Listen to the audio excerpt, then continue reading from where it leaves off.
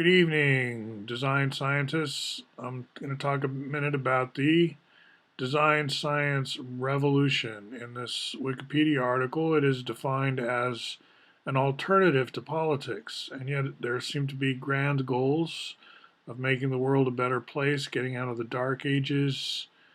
Um, it's an interesting but short article, and I think it leaves people who might read it the first time thinking, how could that ever happen? Like, politicians run the world, don't they? But then when you think about Wikipedia itself, this has changed things a lot.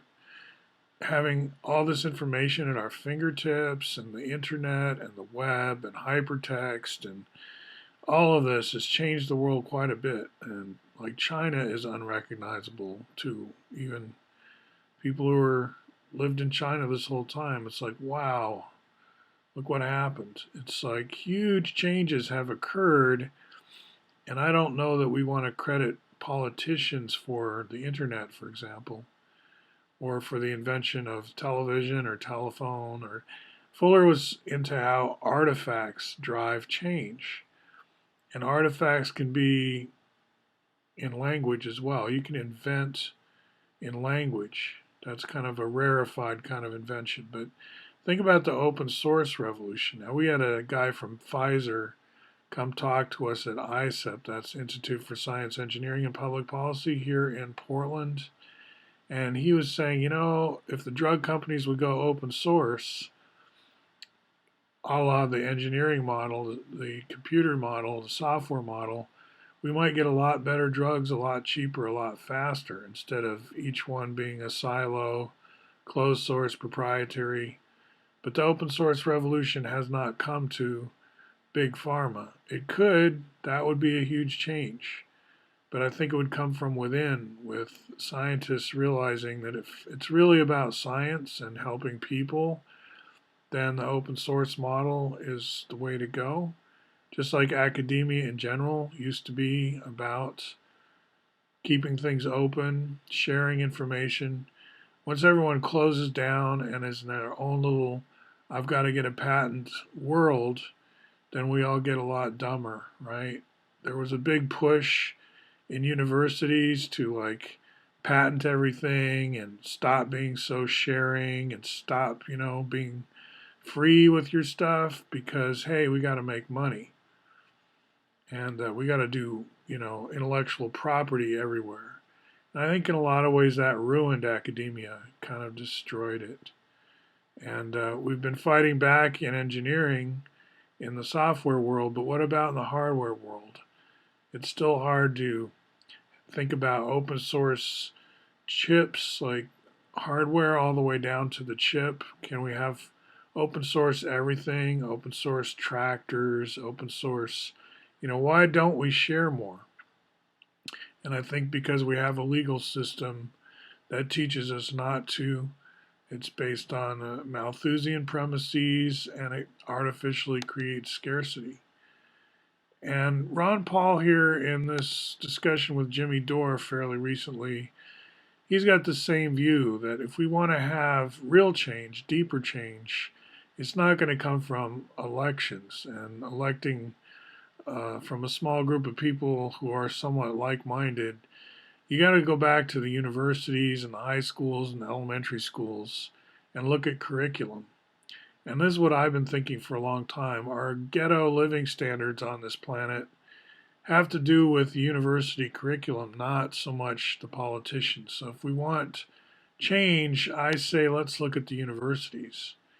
And there have been a lot of changes where people have looked at universities. It's not the first time that that becomes our focus. Like, why not teach general systems theory as an alternative to traditional conventional economics? Let's be clear about Earth as an open system in a thermodynamic relationship with the sun and all this surfing the solar gradients kind of talk. And, where does wealth come from? Let's not assume that money is as much a source of wealth as a measure of energy, for example. It's not gold that we have to go to. It's maybe joules or ergs, right? Kilowatts. And the sun is sending us kilowatts, so that's equivalent to money. That's what we're saying here.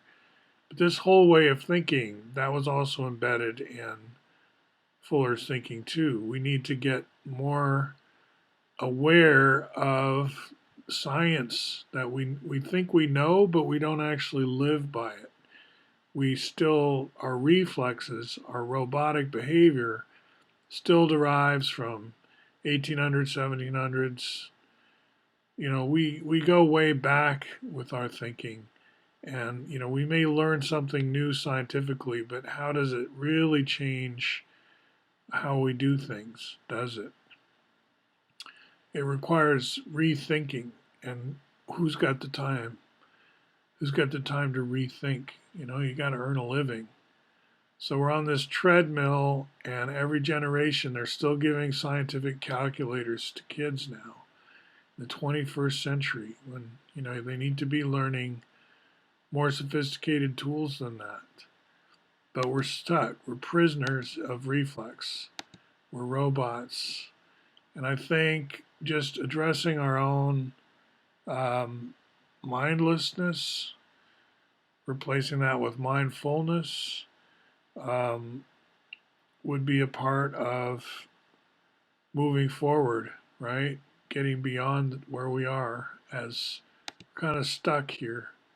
We're kind of stuck here because we think that what Fuller and like that are advocating is too impossible, too improbable, when really it's just reality. It's like politicians have never been the leaders, they've always been the followers, sounding like leaders.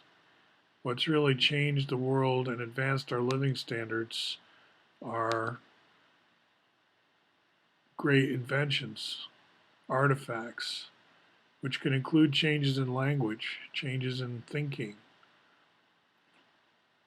So I don't think Fuller is thinking of impossibilities so much as just pointing out, when you think of it, obvious realities. So what do you think? You want to do a YouTube on Design Science Revolution? Send me a link. Talk to you soon.